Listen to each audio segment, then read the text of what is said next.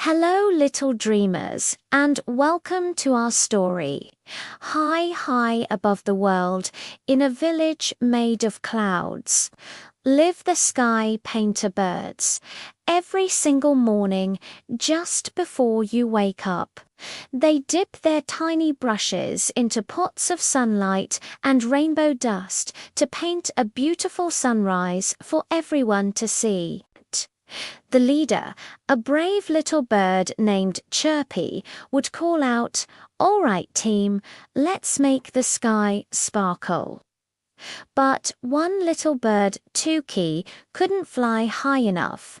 She would watch from her nest, wishing she could join her friends. One night, she saw a falling star and whispered, "Please, help me find my wings of light."